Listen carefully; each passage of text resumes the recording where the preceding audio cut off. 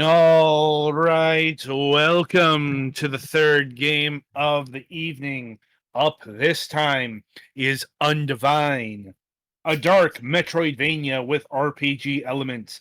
Undivine challenges you to explore, battle, and uncover secrets in a desolate, interconnected world. Hence the term Metroidvania. Customize your abilities, wield unique weapons, and delve into deep lore filled with mystery.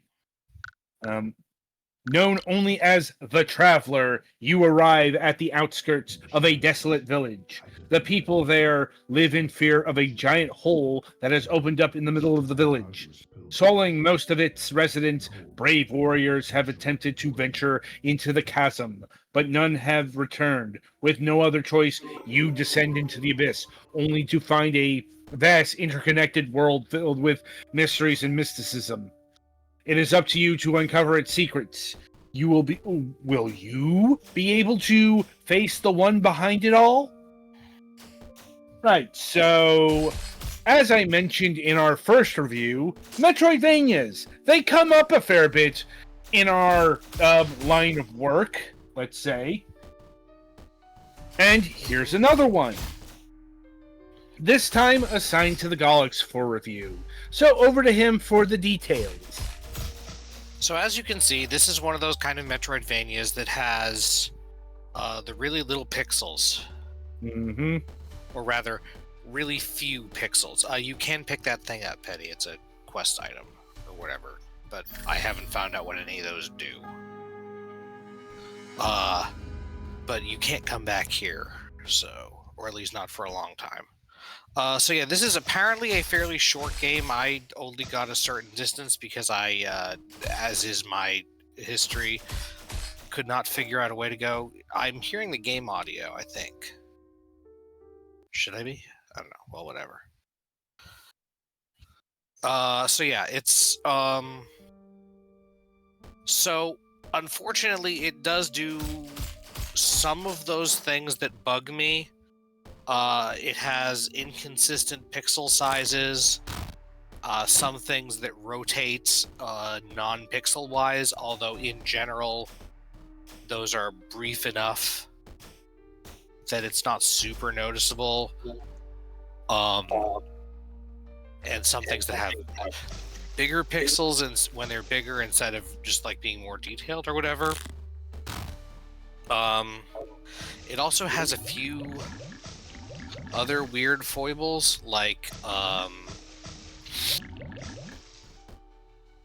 there are very limited control options and settings. The opening scroll that Pettyfan, I think, fast-forwarded through most of is voiced, but the voice was way quieter than the background music, and I barely noticed that it was voiced. That's hilarious. What? It's so quiet. Yeah. It has fall damage, but only after a pretty long distance, which makes it a little bit harder to judge. And also does not always telegraph bottomless pits, which presumably are things you're supposed to come back to later once you have more traversal abilities, but it also has some non-linear progression. Apparently, there are a lot of abilities in the game that you do not need to beat the game, so it might be good to try for multiple runs instead of trying to be completionist on one run. If you can do that, my brain doesn't really work that way.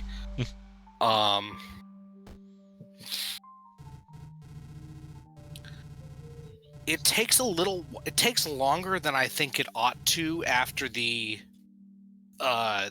first significant save point, which is not the one Petty just got, it's the one once you're in the hole.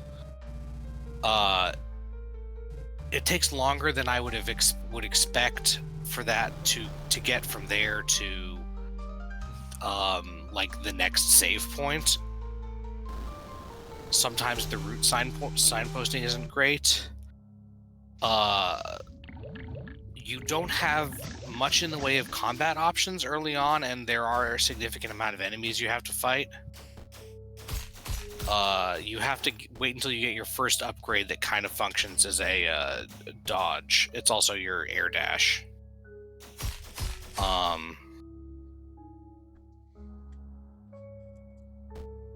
What else? I played on the Switch 2 in tabletop mode, and in that mode, there were a few vertical scrolling sequences that had non-pixel perfect things. That bothered me a little. Also, you can fix this somewhat with upgrades, but since everything except for bosses is so few pixels, sometimes it's a little bit tricky to tell enemies are like when they're, because they do mostly have an actual attack thing rather than just bumping into you, although just bumping into you does also do damage. But it's sometimes hard to tell when they're going to do it because there aren't a lot of pixels available. Other than those things, I think this is a really solid small scale Metroidvania. It has, I mean, the first two powers you get are a fireball, which you have to use right here on the switch to the right that matches the door. You got it. And then it's also a damaging thing. Like I said, the air dash does, or the dash goes through energy barriers and is a dodge roll and can do damage as well as being a thing.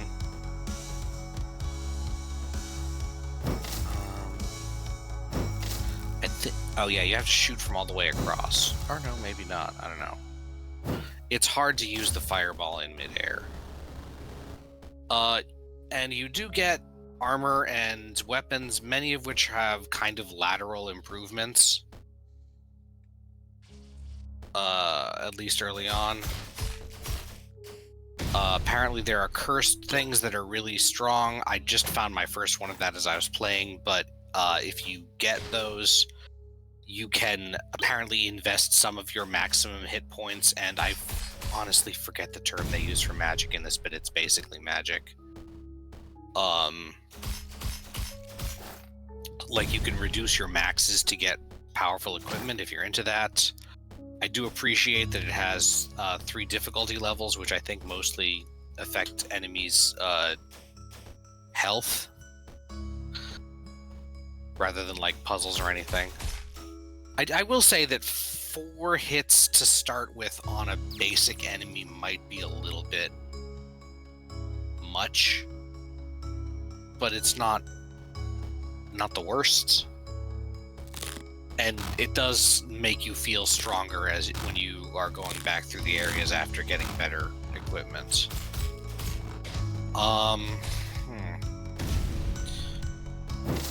So yeah, this isn't my favorite. I prefer Metroidvanias with a little bit fancier art and more character things. Oh, also the lack of pass-throughable from below platforms is kind of annoying because I'm really used to that as a thing. You get used to it kind of, but it's noticeable.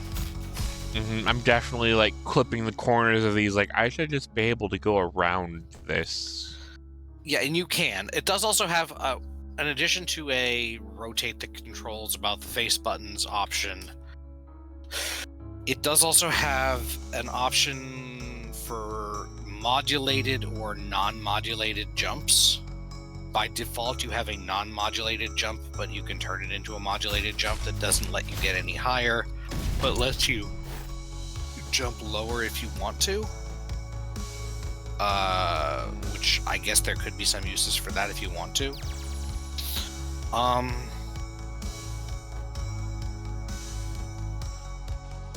Oh, and the upgrade system is interesting. You don't unlock it until after the first boss, but you get experience from beating the bosses, which you can then apply to various skills. You unlock some new actual skills as you go through the game. Like, you don't start with any ability to have any markers on the map, just the map itself. But you can get and you find an item fairly early unless you miss it. That gives you. Okay, you killed that guy way faster than I did. I did not like him at all. He was way too unpredictable in terms of when he was going to roll and when he was going to. I don't know roll. if this is the demo or what, but your magic attack does 25 points of damage to him. I think I didn't use the magic attack that much. Also, the magic attack does not work on him when he's rolling. You were lucky with that. The right wall should be pass-throughable, or left wall should be pass-throughable here, unless the demo just ends after the first boss. Yeah, and this is the actual start of the game, and it's still you have to get through this entire zone, which is quite large, before you can even try to get to the town base area. There are fast travel things, there are save points, they're just a little further apart than I usually like them.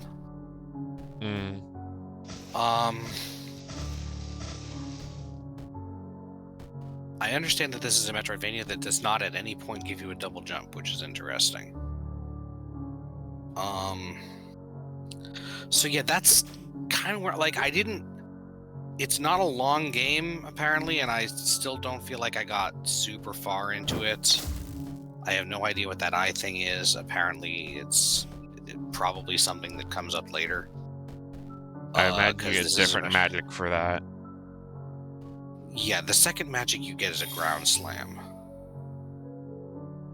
So, well, yeah, the second magic you get is a ground slam, but before that you get the dash thing, which is a relic? I don't know, whatever, however you classify those. So yeah, there's lots of different interesting upgrades you can get. They're just also a little bit spread out. Overall, I think I'm pretty positively inclined towards this, even though it's not that statue right there is the fast travel thing. And those shards are also used for shopping and stuff. Yeah. But as is tradition, you can use some money to get out of here faster. You're not going to get to anywhere where you can shop either in the amount of time we have, because you need to get the dash to go through those blue walls before you can do that. That Explorer's Diary is the thing that lets you unlock the skill of being able to auto-mark certain things on the map, and I think it's just save points and fast travel points. And then the next upgrade in that line is being able to put markers on the map, which could be useful because this is a bit labyrinthine, as you might expect from a Metroidvania game. So yeah, I'm generally relatively positively inclined on this, even though it took me a while to get into it.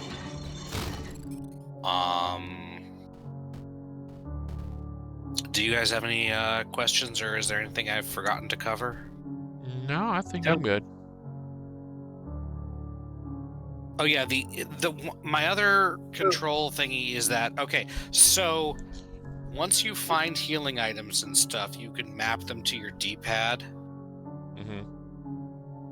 So you tap up on the D-pad or whatever to use a healing potion or whatever.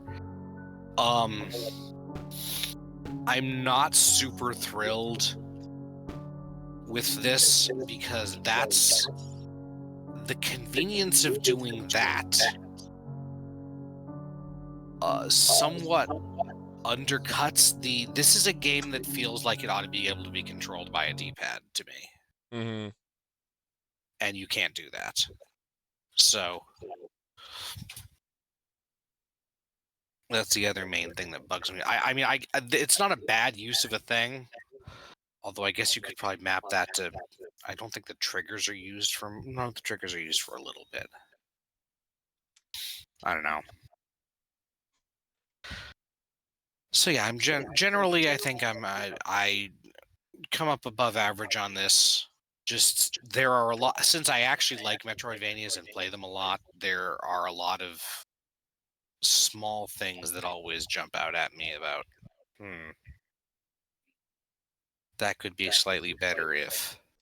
What is the price, Adam? All right, the price. Oops. We got another discrepancy because of different publishers. Like, um, the Switch version is clocking in at $9.99, $10, but is 30% off for at $6.99, $7. Steam version is $8.99 on discount for about the same price, $6.74. Yeah, those are probably fair prices, I think. Unless it's super short, which it doesn't feel like it's that short. So, yeah, I think that's probably a good price for this. I can't make a super recommendation about which version because I did not play the Steam version. And oops, I think we credited the wrong publisher here. Oh, Yeah, Switch publishers, Brainium Games. We got the yeah, that's Brainium Games is what shows up at the opening on the opening screen of the Switch version. All Our right, bad. we will. Sorry. Yeah, we can adjust But that. I don't know if they're the ones who provided it. That's up to you, Adam. They did. It's just, Okay. you know, I have the Steam publisher on here accidentally. it happens. Yeah. Like, Sorry, I didn't notice that. none of us did until, well, a bit too late. Yeah. So, just Okay, put so yeah. So yeah, I think that's what I've got pretty much for this. Yeah. All right. So yeah, I think that'll about do it for Undivine then. Be sure to tune in after the break as we review The Takeover.